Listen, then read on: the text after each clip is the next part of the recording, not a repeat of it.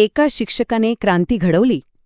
ऐकून थोडं विचित्र वाटतंय ना, पण 19व्या शतकातल्या भारतात हे खरंच घडलं होतं. ही गोष्ट आहे हेन्री डेरोजिओ नावाच्या एका जबरदस्त वादळी व्यक्तिमत्वाची आणि त्यांनीच पेटवलेल्या एका वैचारिक ठिणगीची, जिचं नाव होतं यंग बंगाल चळवळ. हाच तर तो प्रश्न आहे जो या संपूर्ण कहाणीच्या अगदी मुळाशी आहे. म्हणजे विचार करा, एक व्यक्ती, एक शिक्षक अवघ्या काही वर्षांमध्ये एका संपूर्ण पिढीच्या विचारांना नवी दिशा कशी काय देऊ शकतो? चला तर मग डेरोजिओनच्या या प्रवासातच आपल्याला याचं उत्तर शोधायचं आहे. बरं, तर ही गोष्ट घडते कुठे? ते 19व्या शतकातल्या कलकत्त्यामध्ये. आणि तेव्हाचं कलकत्ता म्हणजे आपलं आजचं कलकत्ता नाही हां. ते एक मोठं वैचारिक घुसळणीचं केंद्र होतं. उत्तर भारतात जे काही आधुनिकतेचे वारे वाहत होते ना, त्याचं अगदी केंद्रस्थान होतं कलकत्ता. खास करून 1820 आणि 30च्या दशकात तर इथे विचारांचं नुसतं वादळ घुंगावत होतं. एका बाजूला बघा ब्राह्मो समाजासारख्या सुधारणावादी चळवळी काम करत होत्या, तर दुसऱ्या बाजूला एकदम नवे कोरे विचार आकार घेत होते. आणि ह्याच वैचारिक वादळातून जन्म झाला एका नव्या, थोड्याशा बंडखोर चळवळीचा. तिचं नाव होतं यंग बंगाल. आणि या सगळ्या वादळाच्या केंद्रस्थानी कोण होतं माहितीये? एक तरुण, अगदी 20शीतला एक प्रोफेसर. नाव होतं हेन्री विवियन डेरोजिओ. आणि या माणसानं फक्त आपल्या ज्ञानाने नाही, तर आपल्या धाडसी बंडखोर विचारांनी त्या काळातल्या तरुणाईला अक्षरशः वेड लावलं होतं. डेरोजिओ यांचं आयुष्य बघितलं ना, तर खरंच आश्चर्य वाटतं. म्हणजे अवघं 22 वर्षांचं आयुष्य जगले ते, फक्त 22 वर्ष. पण इतक्याशा काळात त्यांनी विचारांची अशी काही मशाल पेटवली की त्यावेळच्या समाजाला जोरदार हादरा बसला. तर डेरोजिओ यांची ओळख होती अँग्लो इंडियन. म्हणजे काय, तर त्यांचे वडील होते पोर्तुगीज आणि आई होती भारतीय. यामुळे झालं काय की त्यांना एक वेगळाच दृष्टिकोन मिळाला. ते ना इकडे पूर्ण युरोपियन होते, ना तिकडे पूर्ण भारतीय. दोन्हीही संस्कृती त्यांनी पाहिल्या होत्या. आणि याच वेगळेपणामुळे ते समाजाकडे एकदम त्रयस्थपणे, तटस्थपणे पाहू शकले.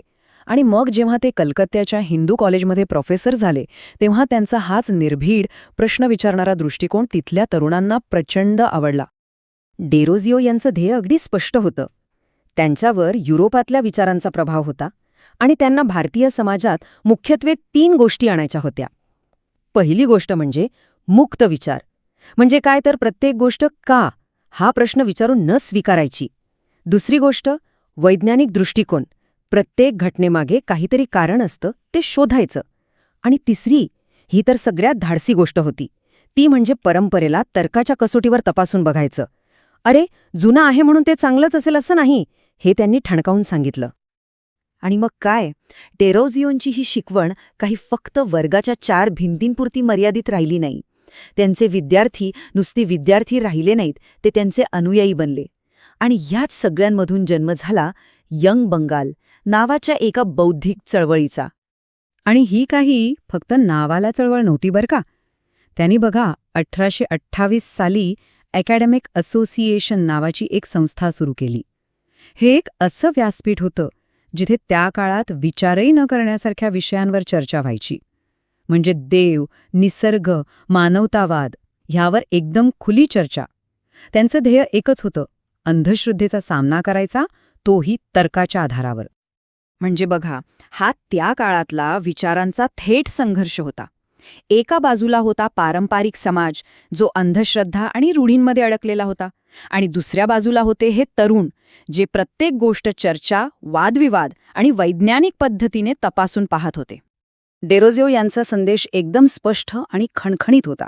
ते म्हणायचे की जर अंधश्रद्धेच्या दलदलीत फसलेल्या समाजाला बाहेर पडायचं असेल, तर त्याला वैज्ञानिक दृष्टिकोन स्वीकारण्याशिवाय दुसरा कुठलाही मार्ग नाही.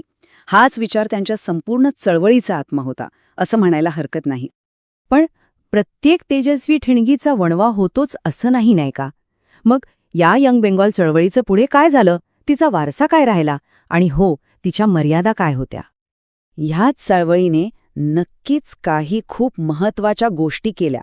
जसं की स्त्रियांच्या हक्कांसाठी आवाज उठवणं, जातीय भेदभावाला विरोध करणं.